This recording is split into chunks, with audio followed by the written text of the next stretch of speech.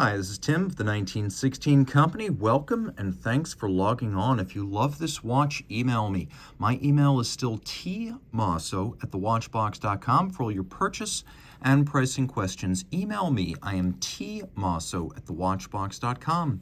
Back in 2008, Vacheron Constantin revived its historic 1919 and 1921 American market specials in the form of one watch known as the Historiques American 1921. And in late 2017, for the 2018 model year, the company launched this, the 36.5 millimeter version. In rose gold, it is 36.5 millimeters in diameter, 7.6 millimeters thick from lug tip to lug tip, 42 millimeters, and then an 18 millimeter spacing between the lugs. Now, I encourage you to think of this watch as, first, wearing essentially 36.5 millimeters square. Just ignore the lugs. They're there to drape the strap over your wrist. And you could see that from over the top, the edges of the case are nowhere near the edge of my wrist, and that's even pulling the strap tight.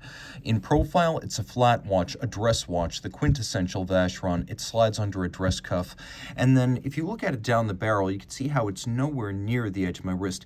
Now, ergonomically, it wears compact, but in terms of how it looks on the wrist, it looks about 40 millimeters. So remember, non-round watches will always look larger than they are, and that's definitely the case here. While it's a mid-size by 1921 standards, it's not a ladies' watch. On this strap, it has an explosive sort of visual consonance or resonance between the red gold of the case and the red of the strap.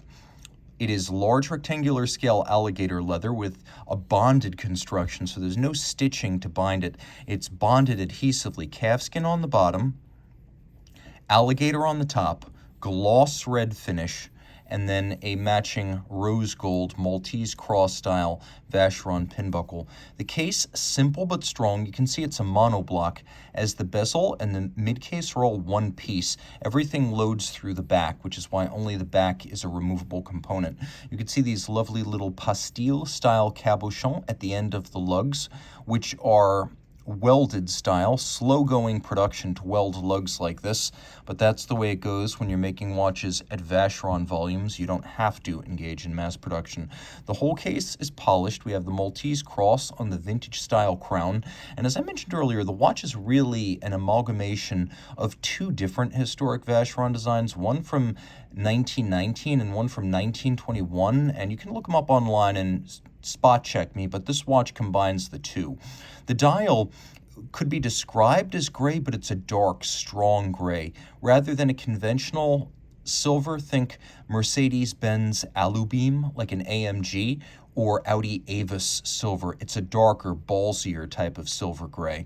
You can see there's a lovely granular texture to the dial, handsome pre-Art Deco, Art Nouveau numerals. We have modified Breguet-style hands in gold blackened and a rose gold applied Vacheron logo. We have off-center seconds inset and countersunk with a concentric pattern and a railroad track internally. Then we have railroad minutes outboard.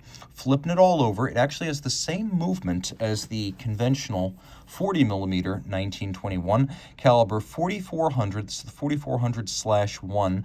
It's a movement that's nicely sized for the case. The case is 30 meters water resistant. You can see Geneva hallmark on both movement and case. Since post 2012, it is a standard of finish and quality that applies to the whole watch, not just the movement. It is a manual wind movement with 65 hours of power reserve, a 4 hertz beat rate, and it pivots on 21 jewels. It's adjusted in a high horology and chronometer style 5 positions, and there's a lot to love here, starting with the fact that we do have an inward angle over the center wheel where two bevels meet in a sharp crease. You can see there's an elaborate solarization on the barrel, satination on the wheels, there's engine turning on the base plate, narrow, nicely shaded stripes with a good shading gradient across them, the Côte de Genève. You can see that the bevels are of a high quality, and that moreover all of the screw and jewel sinks have been internally beveled, superb attention to detail. Screw heads are black polished with chamfered slots in circumference. We have off-centered solarization of the crown wheel core, which I absolutely love. And then you can see locating pegs for the bridges, such as on the balance cock. Those have been polished on their top. It is gorgeous, and it leaves leaves nothing to be desired. You can see there's even more interior angles adjacent to the balance, which again is beating away at 4 hertz. If you love this watch, this is the definitive Vacheron Constantin. Reach out to me. I am Team Mosso at thewatchbox.com for purchase and pricing details.